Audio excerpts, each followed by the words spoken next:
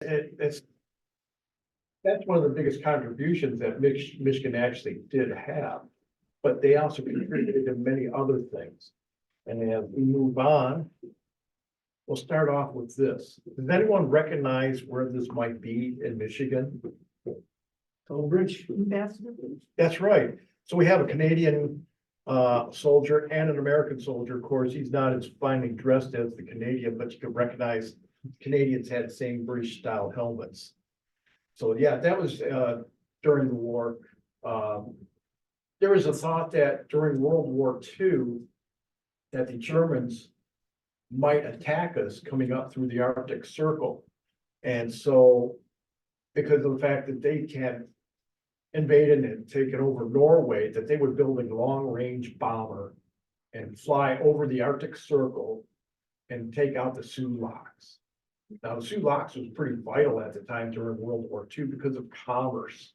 They had to, they had to keep locks stay open as much as they could, even during the winter. And they would have torpedo netting right across the channel right there where the entrance of the locks to keep any torpedoes that might come through from bombers flying over. And they had barrage balloons up there. There was like about 15,000 men stationed up there at one time. So they did a lot of training up there, winter training. They trained them, the military police, how to use skis for winter tactics and whatnot. We'll move on to this next photo here. Some of the other interesting things was up in the Sioux, the commandant of Fort Brady at the time, was now Lake Superior State College. He put this article out in the paper and he said basically, don't be afraid, don't be scared. If you hear the guns going off, whatever goes up will come back down. So that was one thing. And then over in Algonac, when I was over there, I seen this page right here, and it was basically blackout on Main Street.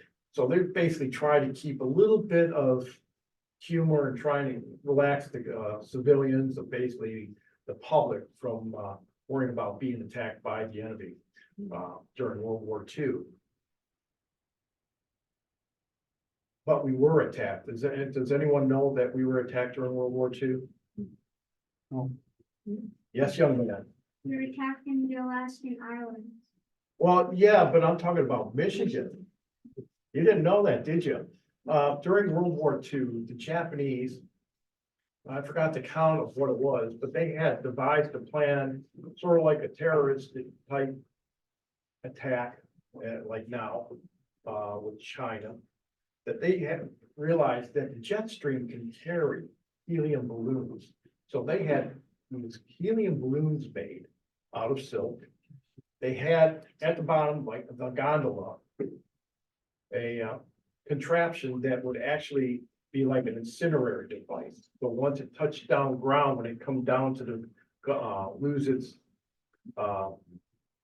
chance of flying over the gases or whatever, when it would hit down, it would set off a fire. So it's basically, again, like a terrorist type device.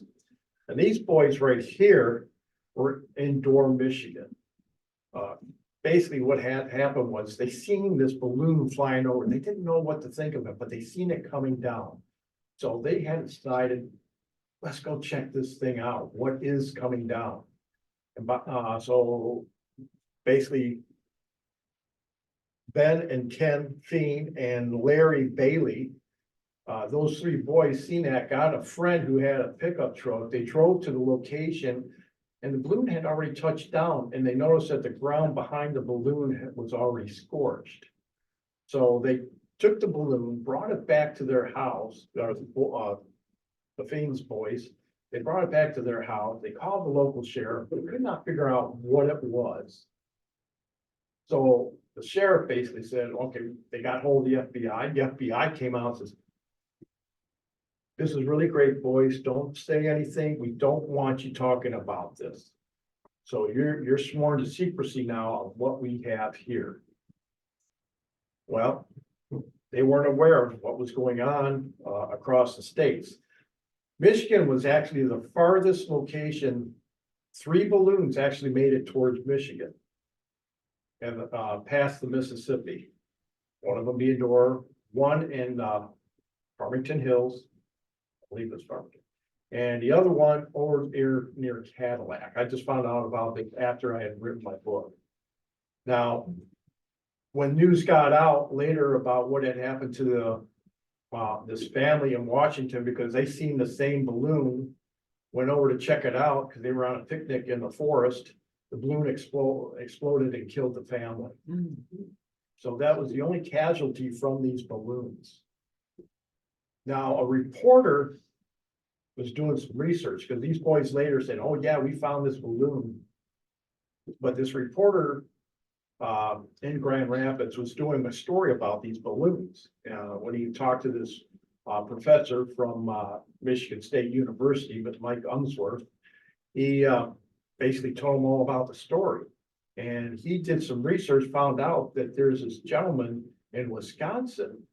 No, I'm sorry, Minnesota. That he was actually auctioning off a balloon from World War II. Well, this gentleman from Minnesota was a seaman during World War II, and he was on the East Coast, and Navy was basically experimenting and finding out all the capabilities of these balloons. And he was tasked with disposing of these balloons. He said, well, hey, can I keep one? He said, yeah, go ahead. So he sent it home. And after the war, he took that balloon at the end of the war, down Main Street, he had this inflated and brought it down Main Street for a parade. Kept it stored after the war and decided it was time to get rid of this thing. It's been sitting in the trunk forever. And he didn't realize this. Well, of course, he didn't realize it, but the reporter found out this was the same balloon that took down in Durham, Michigan. Now, when he talked to the people of the Byron Museum, which is not far from Door, they were able to raise the money to get this balloon and bring it back to their museum. Since they don't have a place to really display it, they couldn't figure out how to display it. They got with the Kalamazoo Air Zoo, and I'm not sure if they have it on display now. I should have checked before coming here today.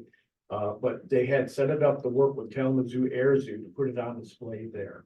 So this is actually something that actually was here in Michigan from that time period.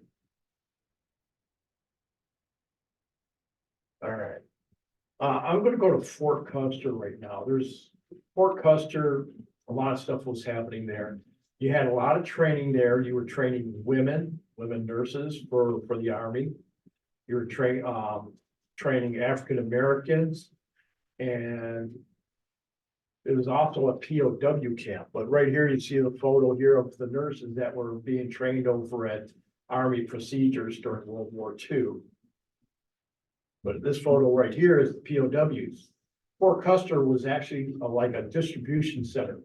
When the United States entered World War II, first battles was over in Africa.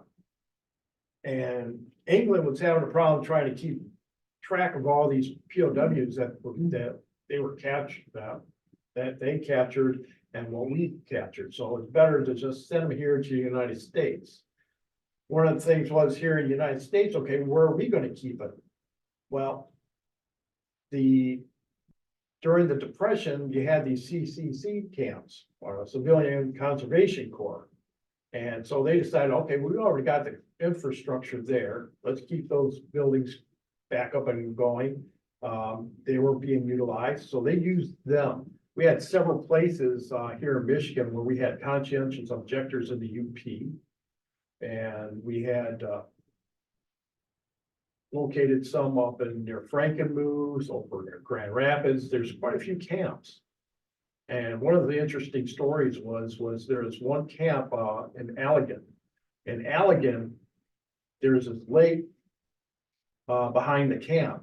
And one German actually thought, hey, that's Lake Michigan. I think if I swim it, I can get over to Wisconsin and then make my way down to Mexico and get back to the fatherland. Well, he swam the lake, And by the time he got over to the other side, the MPs were over there waiting for him. They asked him, okay, you enjoy your swim? Did you want to swim back or do you want to ride back to the camp? So it's just interesting that little story. There's a lot of stories about that. The camp up, one camp up in the UP, Camp Chernfast was a conscientious objectors. And they had quite a bit of problems with those guys, so the camp only lasted for about a year. There's quite a few escape attempts by these Germans. But none of them really made it out of the state. They basically got captured and brought back to camp. Some of them were actually up in the UP. There's one guy, they thought he escaped and actually was left behind because he was on a work detail in a lumber camp. And he was actually found walking back to the POW camp. So it's just interesting. Some of the stories that you hear about what's happening up there. All right. One of the things too, Fort Custer was a pretty good place for training. They even trained Hollywood there. So you had film guys training at Fort Custer, rules of how to protect yourself and whatnot. So you had these guys training over at Fort Custer. One of the things I found out from watching a TV show was one of the guys from the Little Rascals was old enough. He was involved with cameras and whatnot. He was actually there on D-Day behind the lines. And what had happened with him was the French underground basically said, okay, this is where you're supposed to be. This was on June 6th. He says, okay, what am I supposed to do? He says, well, you know when it happens. And basically he realized there's ships coming in and he says, oh, okay. So he started filming everything that was happening on D-Day. And they're still trying to find the films that he did, filming everything that was happening on D-Day from that point. All right. Michigan and Hollywood, there's a few correlations here, a few things that happened during the war people weren't aware of. This movie scene is from the movie Victory with Sylvester Stallone and Michael Caine. Has anyone ever heard of the movie? The movie was about the POWs, Allied POWs, and some of the men there were actually soccer players. And the commandant at the time basically said, well, you know what? I like the idea of having a soccer game. And said, because of the fact that he was involved with the German soccer team during the Olympics. So I said, let's have a rematch here. They actually had in the movie the actual Olympians that played for Germany and the POWs play a soccer game. Well, Sylvester Stallone was trying to escape. While they were trying to escape, they basically foiled his plans because they did all these changes on the camp. He got on the soccer team and made an escape. And they asked him basically, hey, if you escape, can you give us layout what's going on and help these guys escape afterwards? That was all based on an incident that happened over in Canada. Now in Canada, they had a POW camp over there. And move on to this photo. This gentleman here, all right, that's Officer Krupp, Lieutenant Krupp. He and another officer had an idea. Let's make these disguises. We'll act like we're working along the fence line while they had a soccer game between the POWs and the guards. Now, one of the other POWs was dressed up as a Canadian guard. They actually borrowed a uniform from the Canadians so they could set up the escape. They got the uniform because they said, well, we're going to do this play and we need a guard uniform. They were able to escape and they were able to conceal their escape for several days. And see this dummy here? They did the same thing in the movie with Sylvester Stallone, where to conceal the fact that he escaped, they had made a dummy of Sylvester Stallone. And they didn't realize he had escaped with Sylvester Stallone until the head fell off. And this one here was even more interesting. All right. So this Officer Krupp here, his other protege who went his protege went towards Niagara Falls. And the police commandant in Niagara Falls thought this guy was pretty suspicious, so he went and brought him back to the jail or whatever, questioned him, then he called up the camp and said, hey, are you missing any prisoners? And the commandant says, no, we're not missing anybody, we got everybody accounted for, and then he asked him, well, do you have an Officer Bowman in your camp? Well, yeah, we have one. Why? Well, you can come pick them up. That's what set it off right there. It's all cheap. So they realized when they were doing the head count, they were only counting from the back.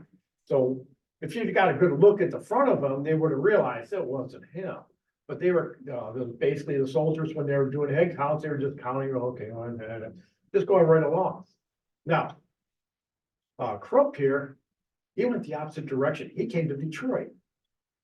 Well, when he came to Detroit, he was met up with a German woman spy, and she introduced him to Max. Get the name here. Oh, Max Stefan. And Max was so proud of being a German spy and everything, and happy to help Krupp here. And so he took him and kept him here in Detroit for 4 days. And he showed him the town, he showed him all the sights. He even took him to a brothel. So he's so excited. And by the time he was finished, he ended up getting him tickets to Chicago and a train from Chicago to Texas so he can escape through Mexico. Well, Krupp here got as far as El Paso when he was captured. And sure enough, he said, yeah, I said, I had a guy who basically was bragging up here in Detroit that, yeah, he helped them get all the way down here because basically, they had him now. And when Max was put on trial, he acted stupid. I don't know what you're talking about. I never met the guy. Well, at the end of the trial, they found him guilty and they were going to give him the death sentence. And when they announced the verdict of what was going to happen to him, he stood up and he says, my Fuhrer will not let me die here. Well, he wasn't executed. He was basically, President Roosevelt realized if we kill him, any spies that we have over there or POWs, they might execute them. So he was basically given life imprisonment in Leavenworth, where he ended up dying of leukemia, I believe it was. I can't recall offhand. But it's interesting what the guy had done. All right. Remember Saving Private Ryan? Okay. In the movie, there was a scene where they came across a crashed troop glider, and the troop glider on board had a Jeep, about 17 or whatever troop on board, a general's aide, pilot and co-pilot. Well, that was actually fairly close to actually what had happened, because this was actually, the glider was built here in Michigan. That was a true incident about the glider crashing with the general in it. And that was built in Greenville, Michigan, where the kids from the local school raised money to buy 4 troop gliders. And General Hap Arnold decided, basically told the kids there, thank you very much, gave an appreciation and award, and said, this is going to be one of the first gliders in the invasion of Europe, bringing the war to Germany. And the glider itself, the play there, right here, they had on the side of the glider, Greenville Public Schools, the Fighting Falcons, which was their mascot. So they had it right there at a field there in Greenville, Michigan. And now that schoolhouse now actually has a replica, because it's now a museum of war museum for Greenville, Michigan. They have a replica of that glider that they actually reconstructed full size, except for one half of it plain connected whole glider inside there. But anyways, General Hap Arnold had a favorite pilot. He was a stunt pilot before the war, and his name was Murphy, Colonel Murphy. He was very good at what he did for flying. He took a plane and had it redesigned so when he takes off, he can bring the plane back down and land it upside down. So he volunteered for the mission of flying that glider. Speaking to a gentleman that wrote about the glider pilots, he said he had no business flying that glider because he didn't have enough experience flying gliders, but that was that gentleman's, opinion at the time. But he had flown the glider. There was only 4 men on board instead of any troops on board. There was a general, there was general's aide, a pilot and co-pilot. The general's name was General Pratt. I can't recall the co-pilot's name or the aide. I could not get his name, but this is a photo of the 4 men. So here's General Pratt right here with his aide, and this is Colonel Murphy and his co-pilot, and this is what actually happened to the glider. When they were released, when the plane was released from the tow plane, the ground was very wet, damp, from dew, in the early morning. And because of the fact that he had a Jeep on board, the Jeep had a big field radio in it, 5 jerry cans of gasoline. With all that weight on board, it was too much weight for that glider. So when they tried to hit the brakes on the glider, it just kept sliding and slid into a hedgerow of trees. In the movie Saving Private Ryan, the pilot was sitting amongst the enlisted men, and he was able to get up and walk around. The pilot himself, Murphy, actually broke both his legs, and he was slung right through the windshield of the plane. The co-pilot was killed on impact. The general, who was sitting in his Jeep waiting to get out, broke his neck, just like in the movie. General's aide, who sat behind the Jeep, not in the Jeep, behind the Jeep, just a few scratches. But Colonel Murphy, still alive, had to endure pain because of those broken legs and had to play dead a few times from Germans passing by till he got help. But anyways, that's what happened there. Okay, Saving Private, I'm sorry, the execution of Eddie Slovik. Does anyone know who Eddie Slovik is? Okay, yeah. He was the only man to be executed during World War II for being a coward. And it was basically, the part was played by Martin Sheen, and did a fairly good job of playing the part. But he was actually from Detroit, Michigan, and a lot of people aren't even aware of that. And of course, he's buried over there at Woodmere Cemetery now, but he was executed for desertion. He had written a letter to General Eisenhower, "Please don't execute me. I promise I'll go back and fight." Because he had wrote a letter to his commander. He refused to fight when he was separated from the unit. He was actually working with the Allies at the time as cook, because he got separated right after D-Day. And because of that, his commanding officer says, "Are you sure you want to do this? You don't want to do this." He said, "No, I'm afraid to fight now." I see, he didn't want to be killed. He didn't realize what war was like, because before the war, he was declared 4F because he was basically a troublesome youth at the time and got in trouble with the law. Because of that, they would not allow him to fight. Well, during the war, he got married, and it changed his status. And well, it sounds like this kid's grown up a bit, so yeah, okay, we'll let him fight. Because of all that information there. After realizing what was happening to him, he said, "Yeah, I don't want to fight. This is just too much." After being court-martialed and found guilty, he wrote the letter to Eisenhower, "Please don't execute me. I'll be a good little soldier. I'll go back and fight." Well, Eisenhower basically said, "I can't find it in my heart to let this man go back to the front lines for fear that he might run off again and leave his comrades to die." So he was executed, and he was left in an unmarked, well, he was left with just a marker, no name, just a number. And it took his wife forever to try and have his body exhumed and brought back. She had passed away, but the county commissioner for Oakland County was able to talk to President, I think it was either Carter or Reagan, and basically said, "Hey, can we bring his remains back home so he may be entombed with his wife?" And that's what happened. So he's brought back here and he's now over at Woodmere Cemetery. And that's a picture of him when his graduation from boot camp. All right, so we had many celebrities here during the war raising money for war bonds.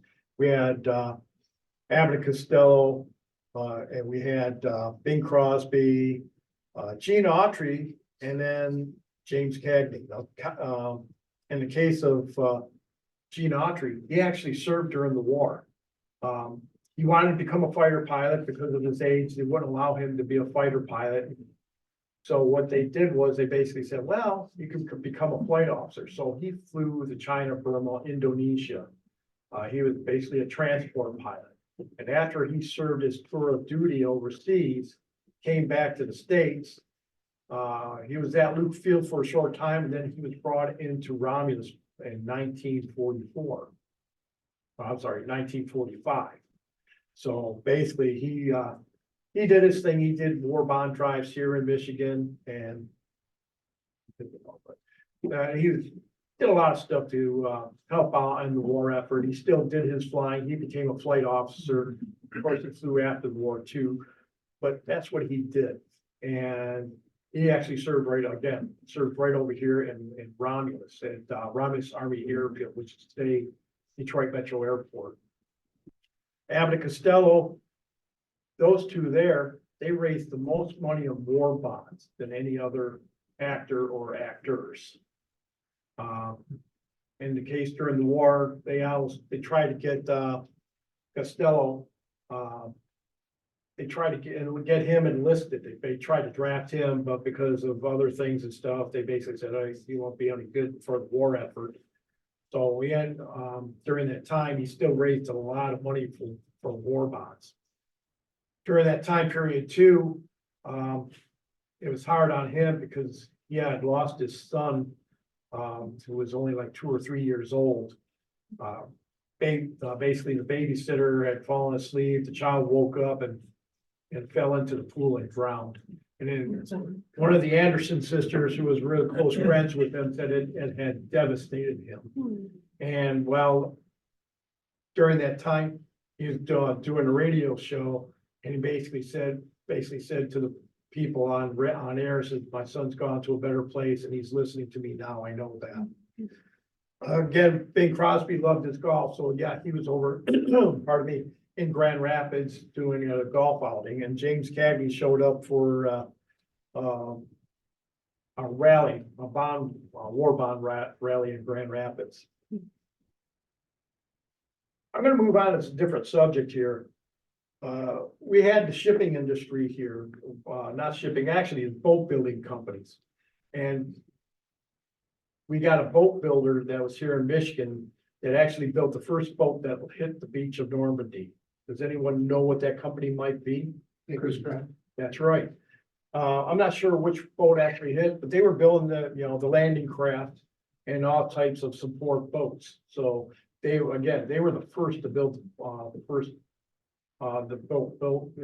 boat that hit the beach of Normandy. All right. Has anyone heard about the series now that's on Apple TV and HBO Max called Masters of the Sky? Well, it's basically, it runs along the lines of Band of Brothers and the Pacific. It's based on the men that flew the bombers over Europe. The 498th Air Wing or Air Force or whatever. But this gentleman here flew support. He was a Tuskegee Airman from this area. He had just recently passed away almost 2 years ago. This is Alexander Jefferson. That's a photo of him right here. I had a chance to meet up with him and talk with him. I actually met him at an air show over at Willow Run, and I told him, "Oh, I'd like to sit down and talk to you." I said, "I'll do you better yet. Why don't you buy my book and you can learn more about it." I said, "Wow, I like that." Okay, so I did buy one of his books, but I still had a chance to talk with him. I met with him over at the Tuskegee Air Museum that's at Fort Wayne. And he gave me a private tour, and I was able to get some photos of whatnot. and asked him if he had anything here that was his, and he says, and he didn't stop thinking about it and then realized, I got a picture of him with his flight uniform. He was also a POW, and after talking with him, they did a film on, what he, his experiences, what had happened during World War II. He said, he was just down the road from Dachau. He didn't know about this till after the camp was liberated. And, basically tell kids, look, if they tell you that they weren't doing anything, they're lying to you. So basically, he witnessed what was going on with these concentration camps. Sorry. Feeling a scratch eater because of talk. Not used to talking this much lately. But it's just interesting to talk to him. He actually trained up here up at Oscoda. The Tuskegee Airmen trained here in Michigan after they got their initial training down in Tuskegee. What they got was combat training up in Oscoda. And like some other pilots up there, he did something that we're supposed to do. And they weren't that far from the Blue Water Bridge. So at night, they would fly underneath the Blue Water Bridge as who had the guts to do it. And he said, if you weren't scared, you were stupid. He said that was the dumbest thing he had ever done. He said he would never do that again, which of course we know he did. He lived to be 102 years old. So we'll move on to this next photo, and I got them out of order, but here's some of the photos from the Chris Craft. And this is believed to be the type of boat that actually hit the beach of Normandy. But they built over 8,000 landing craft. They had actually 3 plants. They had a plant in Cadillac, Holland, and Algonac, which was their base of operation to begin with, where the company originated at. We had a shipbuilding company here, American Cruisers. Did anyone know about that? During World War II, that we built 9 sub chasers. Reason why I got this photo is here. This is the KMN Hesse, which was for the Norwegian Navy. Yes, Norway was captured by the Germans, but they still had the Norwegian Navy basically exiled in England. And what they basically happened was American Cruisers built 9 sub chasers. 2 of them were on the Lend-Lease Act. 1 went to the Soviet Union. I don't know what happened to the one in the Soviet Union, but this one here survived the war. And it was basically on a mission. It was called the Shetland Bust. That was the code name for what they were doing. 3 ships for the Norwegian Navy was ferrying spies, supplies, and bringing back refugees to England, back and forth to England and Norway. Well, this ship here lasted throughout the war. And when I found out a little bit more about the ship, it stayed with the Navy for a while and then became part of Sea Scouts, basically training young men sailing on ships. And that was lost during a storm off the coast of Norway. But now we know what happened to one of the ships. Does anyone recognize this gentleman? Barker? That's correct. In your book about him being trained right here. That's correct. It was actually in his autobiography too. They got the display over there at the Crow Seal Airport and their city hall. He basically said he got his training towards the end of the war. And actually finished training right at the end of the war. And when the Japanese surrendered, he basically said, okay, the Japanese heard I was coming and decided to surrender. Yeah, that was really, he, of course, he just passed away recently. Because I'm getting now into the Navy and their operations. These 2 ships here, these were ferrying ships on the Great Lakes, the C&B and the Greater Buffalo. Company itself was basically steam cruise line on the Great Lakes. And when the company went belly up, the US Navy bought these for a dime, literally, removed the superstructure off the top of these ships and they made aircraft. Was anyone aware about the aircraft carriers on Lake Michigan and the Great Lakes? Yeah. What's that? The Sable and the Wolverine. That's correct. They were stationed in Chicago, but they were still on Lake Michigan and doing all kinds of training where they had over 250 planes that was used for training in Lake Michigan right now. So all those planes that are at the bottom of Lake Michigan and other places throughout the Great Lakes, those are still property of the United States Navy. Just for the fact that, yeah, no, they're still ours. It doesn't matter. You can't have them. There was an incident where Kalamazoo Air Zoo raised one, and then the US Navy tried to take it from them. They won the court battle on that. Because I think what it was the Navy wanted to restore the plane for them, but they said, no, we'll do this ourselves. So they have a Dauntless dive bomber in their collection from Lake Michigan. In Lake Michigan, some of the planes were actually battle hardened planes. There was a plane that was at the Battle of Midway. Dauntless dive bomber and a TBM Avenger. Those planes are actually now down in the Pensacola Air Museum, Naval Air Museum. I got some photos on that. It's really neat to see those planes because one's not restored. They actually have a film theater there where they got two planes on both sides of the seating, and you can actually watch the film of those planes and the training that was done during World War II. And the recovery of some of those planes. And here's the full Wolverine and the Sable again. This one stationed right there in Chicago. And then the Wolverine at full steam postcard. Well, actually that's a photo. They did a lot of different training here on the Great Lakes. And one of the things was the Sable was involved in a top secret project in Traverse City. And I'm gonna get into part of the story on that with a woman pilot that was landed there because of engine problems, but I'll get into her.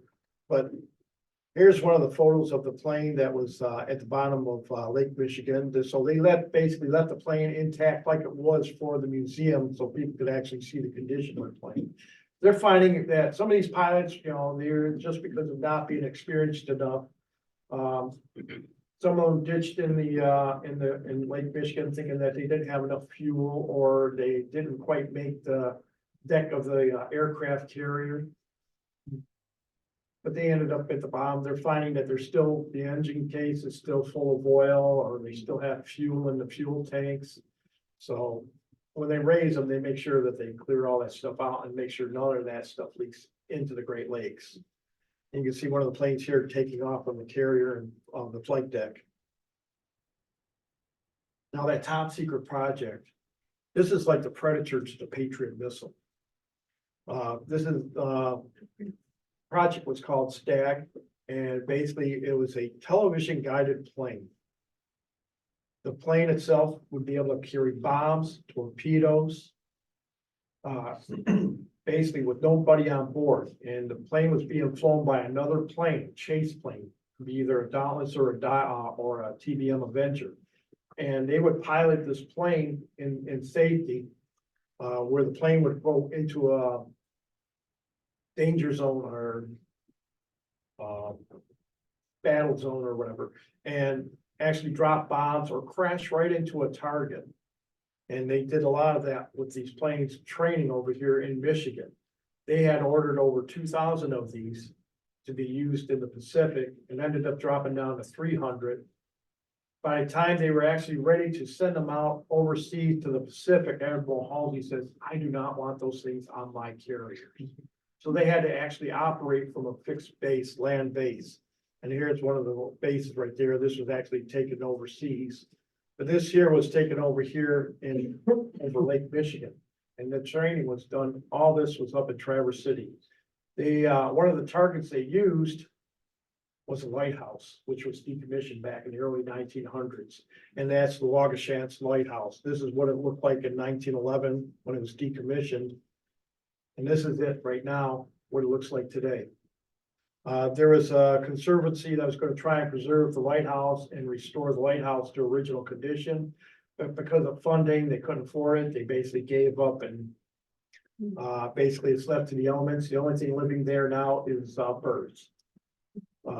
It actually had a steam horn whistle where it was located, because where it's located, the ground, it's really a shallow area for ships and they could run aground, where it's located at.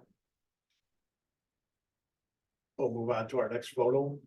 All right, now this is the fun part now, more of some of the interesting men that fought during World War II. This is Joe Burley, nicknamed Jumpin' Joe Burley. He was enlisted and joined the paratroopers.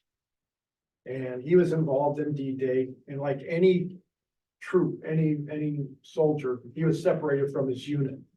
And he tried to get back with his unit, ended up fighting with some French, Free French, and got captured. After being captured, he was brought to German Stalag. I think it was, I don't recall which Stalag it was, but he got captured, and this was his mugshot. You could just see the look on his face, like, I hate this. He was not happy with them. Didn't want to give a smiley look like he did with his graduation photo. Well, he escaped from the camp and he wanted to get back with his unit and kill Germans. Well, as he headed back on the Eastern Front, he got captured again. Being captured once, put him back. He got brought back to the camp. And he tried to do it again. He escaped and got captured again. 2 times now he got captured.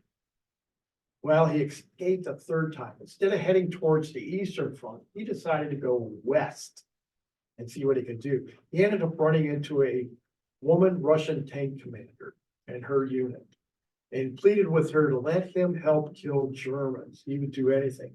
And with what little English, they agreed to let him help fight alongside the Russians. So he fought with the Russians during the war. Now, that woman tank commander, she was killed during the war. But during the war, when it came down to fighting, he did a good job killing Germans. He even was there when the Russians liberated the camp that he was at. And that's how he got the photo of himself from the commandant's office. Well, by accident, he was actually shot by friendly fire. The ground where he was at was straight by Allied planes, and he got wounded. He ended up in a Russian hospital. This Russian general heard about some Americans fighting. He said, well, I got to check out this American who was fighting with us. And he went and he spoke with him. And at the end of the war, he was able to get him to get repatriated with the United States. But in the beginning, when he was first captured, they found his dog tags on another private and basically another soldier. And he was declared dead because he was dead. So they had a memorial for him in a church over here in Muskegon. I'm sorry. Yeah, Muskegon. And while they're in Muskegon, you know, they assumed he's dead. So they had a marker for basically an empty grave. Well, when the news got back, he was repatriated. Everything was great. He even got married in the same church where they had his funeral. After the war was over and years gone past, they come to find out because the Russian general was still alive, that with the Berlin Wall gone, the Russian premier or leader, I forgot his name offhand, and Clinton invited him to Washington, D.C. And he was the only American that was decorated by the Russians for World War II. And even the general was there and gave him a gun from World War II. So he passed away a few years later after that. But it was pretty cool to find his story out. And that's a photo of him with Clinton and his wife. All right, now this gentleman here holding a bugle. Remember the song, heard of the song Boogie Woogie Bugler Boy? All right. In all intents purpose, during World War II, the United States Army said, This is the guy. Well, Clarence Zillman, before the war, performed with a lot of big time bands. He was from Muskegon. He played with bands in Chicago and all throughout the Midwest. He played with Tommy Dorsey and all these other big bands. And when war came along, he wanted to join the Air Force too. But again, age, by the time he got to the war, is a little bit too old to fight because of his age to fly planes. So he ended up working in the Army Corps of Engineers. Well, because of his musical abilities, they basically told him, okay, well, you get to do the reveille and taps now. So in the morning, he would get up, do the reveille, and man, we're just complaining, well, you knock it off, they're complaining about the noises. We're not ready for this. He got up and he said, that's it, I'm tired of the complaints, got up, and he gave it his own swing style to playing reveille. And it's just like, Ben got up, and said, this is different, okay. He got called to the commander's office, general's office, he thought he was gonna get in trouble for not going by the rules. He basically says, I like what you did. I want you to teach all these other men how to play the bugle in your style. So throughout the war, he did that. After the war was over, during the war, they rode up in Stars and Stripes. We had the Boogie Woogie Bugler Boy right here in Europe, so they basically said they don't know who the writer of the song was talking about. They thought could have been two other guys, but in all intents purpose, again, this is the man. Now, this college professor had his students do some stories or talk about World War II and music, and one of the students pulled up on his phone one, the Boogie Woogie Bugler Boy was here from Michigan.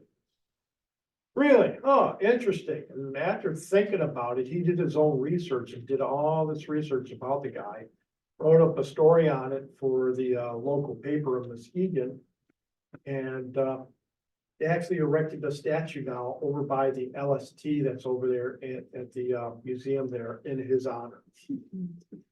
He stopped playing in the 1950s when Big Band was on its way out, and you had all these other crooners like Frank Sinatra and Bing Crosby coming out and singing, and the music started changing. So Big Band was on its way out. He just retired from that and went into the automotive industry, working in the factories. This was him in his later years, after the war, wearing his uniform and holding his trumpet. All right, Romulus Army Airfield, you heard me mention about them earlier. We had a unit that was stationed over there before the war, is known as the 107th Observation Squadron. They were formed right after World War I, and they needed a place of operation, which ended up becoming part of the Wayne County Airport at the time. So from Rouge Park after World War I, they moved the operation to Detroit Metro Airport in 1930. Of course, the operation ran until 1971, but during the war, they were called to active duty in 1940. They were performing basically observations, reconnaissance over the East Coast, spotting German U-boats. Later in the war, they were transferred over to Europe. They were the first reconnaissance squadron in Europe, actually Great Britain. Their name was changed from 107th Observation Squadron to the 107th Reconnaissance Squadron, Tactical Reconnaissance Squadron. As you can see right here, they don't have the normal on the side here kills. Well, they actually do, but this right here is something else right here. This was a lot more of what their mission was. Those are pictures of cameras. This squadron here took most of the pictures of the French coast during World War II before the lead up to D-Day. They took over 8,000 photos. They were given a presidential citation for their work. This way they were able to take photos of troop movements, equipment, anything that could interfere with the invasion of Europe. On D-Day itself, they gave close reconnaissance, or no, I'm sorry, close tactical support for the 101st Airborne, I'm sorry, the First Army, yeah. 101st. Get it messed up once in a while, but they gave close support for them. So during the day, you know, if they needed something taken out, they were able to give them support. And the camera on this plane was actually located right behind the cockpit. So when they would fly, they'd have to fly on an angle if they wanted to take certain ground shots. And I think I got a photo right here of one of the beaches of Normandy.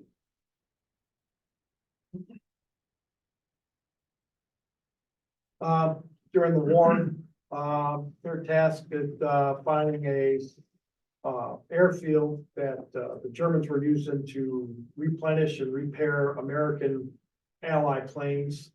And they would infiltrate the squadrons with these planes that are flying over and attack our squadrons. They later would end up using one of the bases that was that they were using to repair the planes as a base of operation when the advancement of the Allies in Europe. I'm gonna move on to the women. The women pilots here, this is, can't really see her, but that's Nancy Harkness Love. Her full original name was Nancy Harkness and married a gentleman named Love.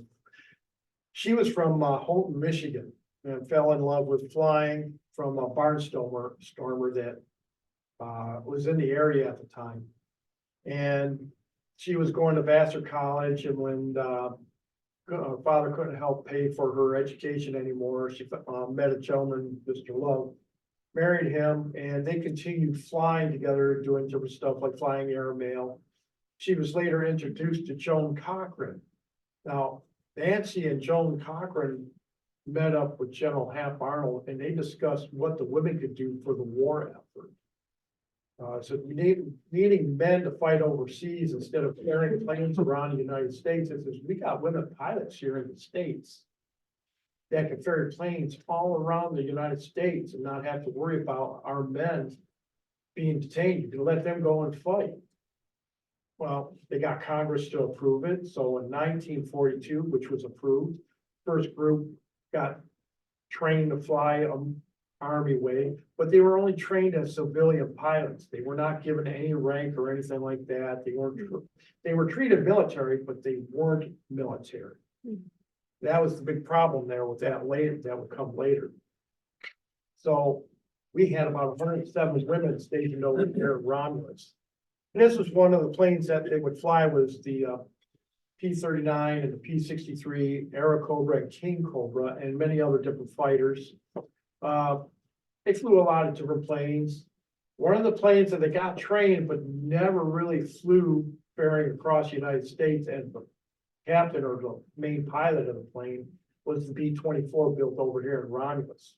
Now there's a photo that they have over there at Willow Run, and the guys like to dispute that with me, but after research and another friend of mine knowing what the women flew, basically said, look, I know for a fact that's not women pilots. And one guy was disputing it with that. I can tell you that right now they're not, because the manager at the airport at the time said, that's my grandmother in the picture. And I said, well, was she a pilot? No, she was quality control for Fords.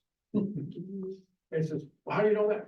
Well, because people would say, how do you know that? Because I spoke to the manager. And even he came in and talked with a group of us. And I said, yeah, that's my grandmother. And the photos are basically the women would go up and they would actually check things themselves monitor things on the plane when the plane was going up and being test flown and whatnot.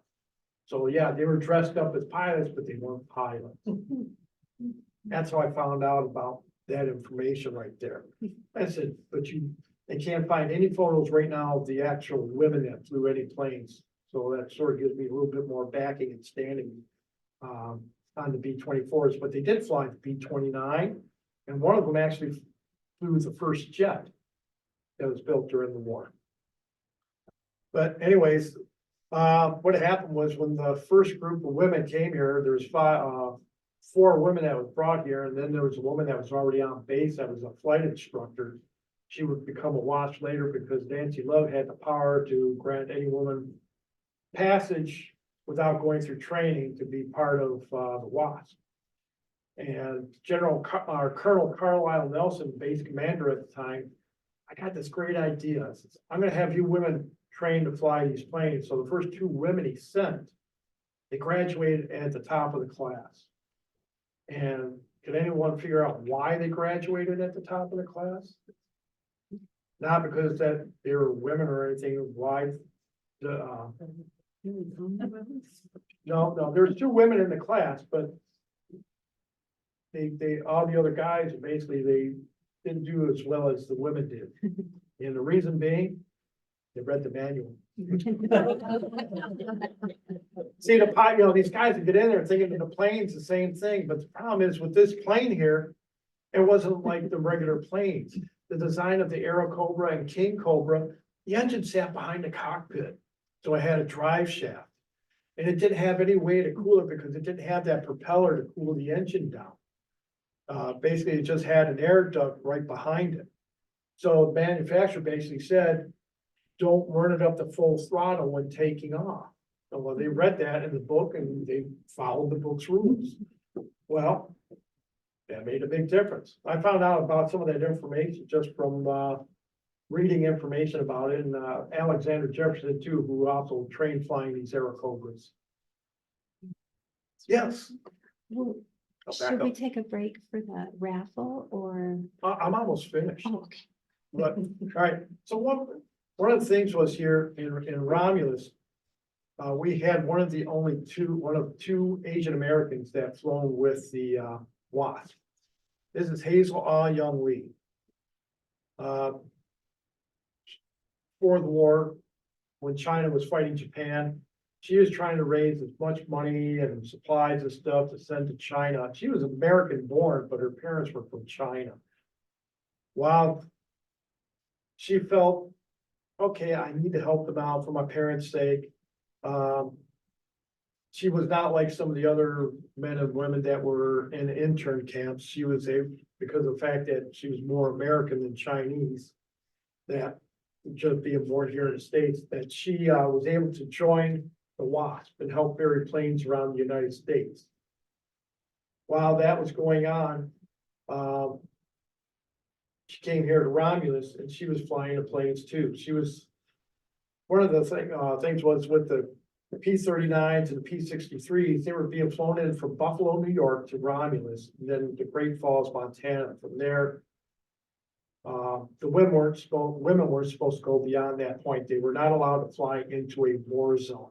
And the planes were being flown from Great Falls onto Alaska. Alaska was a war zone. So Hazel here herself, she was flying a plane in the Great Falls, Montana, the landing plate or runway at the same time as another plane was coming in. One of the planes did not have an operational radio, so they didn't know who was talking and who they could talk to. While they're trying to say, look, you're coming in at the same time as another plane. Well, they collided as they approached the runway. And so Hazel here was dragged from the plane and brought to the hospital, and she just died a few days later from her burns from the crash. Now, at that time, 2 weeks prior, her brother, who was serving in Europe, Italy, was killed in action there. So the family lost both children. And when their remains was brought to Washington, where they were from, they had a big ordeal about not being able to be buried in the cemetery because it's sort of like, they felt as if, oh, we don't want any Asians buried in the cemetery. It took a lawsuit just to get them to be interred in this cemetery because they wanted a nice look over this river in Washington. All right. This is Boris Berkman, a doctor living in Wisconsin. One of the things was that we were using, that we were getting from Asia was K-Pack, which was used for making life preservers. And he was experimenting with milkweed at the time. He said, well, you know, we could use this as a flotation device for our own life preservers. Michigan was the only place in the United States that was actually manufacturing life preservers with milkweed. And you can just see in the background, all these bags of milkweed pods. But one of the things also added to it was the fact that these kids could actually raise money for the war effort by picking milkweed pods. So throughout the northern part of the mitten of Michigan, they were picking milkweed pods to see who could raise the most money as far as schools. Even as far as Alpena to Traverse City, Petoskey, they were all picking milkweed pods up there in Michigan. All right. Any questions so far? Nope. All right. These two, okay, what's the question on these? Well, this is Robert and Jane Cam. They worked on the Manhattan Project. They were actually in Los Alamos. Jane here was the librarian for the camp, and while she was there, she had the highest clearance of everyone, including Oppenheimer at the time.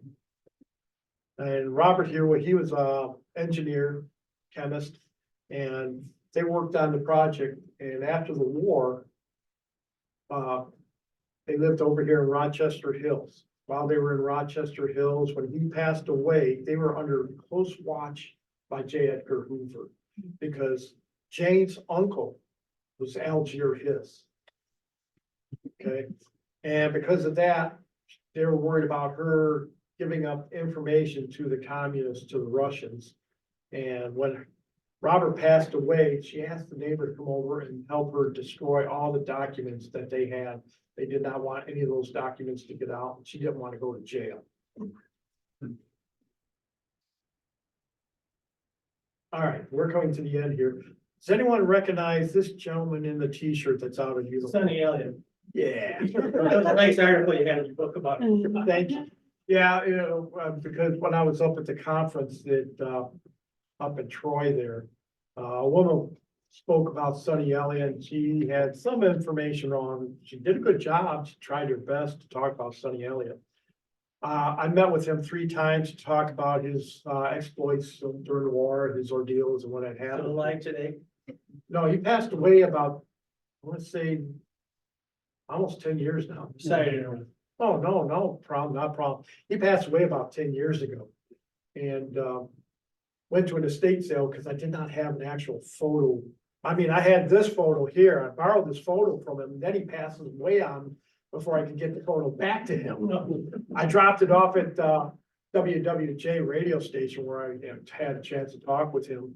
And I said, can you get this back to the family, which they never did. I was able to meet up with his nephew and got a copy of this photo for him. I said, look, I said, I tried to get it back. I said, yeah, I'm assuming you never got it from the station, but. Anyways, back to Sunny. He did his training over here at, learning how to fly at, Romulus, Wayne County Airport. And, when the war came along, he again, like anybody else, enlisted, and he went straight to the Army Air Force. Before the war, you know, it was known as the Army Air Corps, but when the war came along, it became the Army Air Force. Well, some of the stories he told me was one of them was the fact that he got billed by the United States government for losing a plane. No, I actually seen it. I should have took a picture of it to put in the book. He was training, and as he was out west, and when they were flying over a mountain, one of the engines caught fire. He said, I really believe that was somebody was tampering with that plane. I think it was sabotage, and we had to bail out of the plane. Well, when the plane, I'll move on to this other photo because this is it. This is the photo I got from the estate sale. But he says, but I can't be held accountable for the other one because he lost 2 planes. He said, I can't be held accountable for that because the Germans shot me down. He was a POW. And I don't know if you know of his religious background, but he was Jewish before the war. And when he bailed out, he lost his boots and he lost his ID tag. And he had tried to take refuge in a barn, but when he got up to the barn, he was met by a civilian with his shotgun. He basically put his hands up and said, "You got me." He waited for the local police to come pick him up, and after the police picked him up, the German army came and picked him up, and they started questioning him, and they asked him, "What is your religion?" Because he lost his ID tag.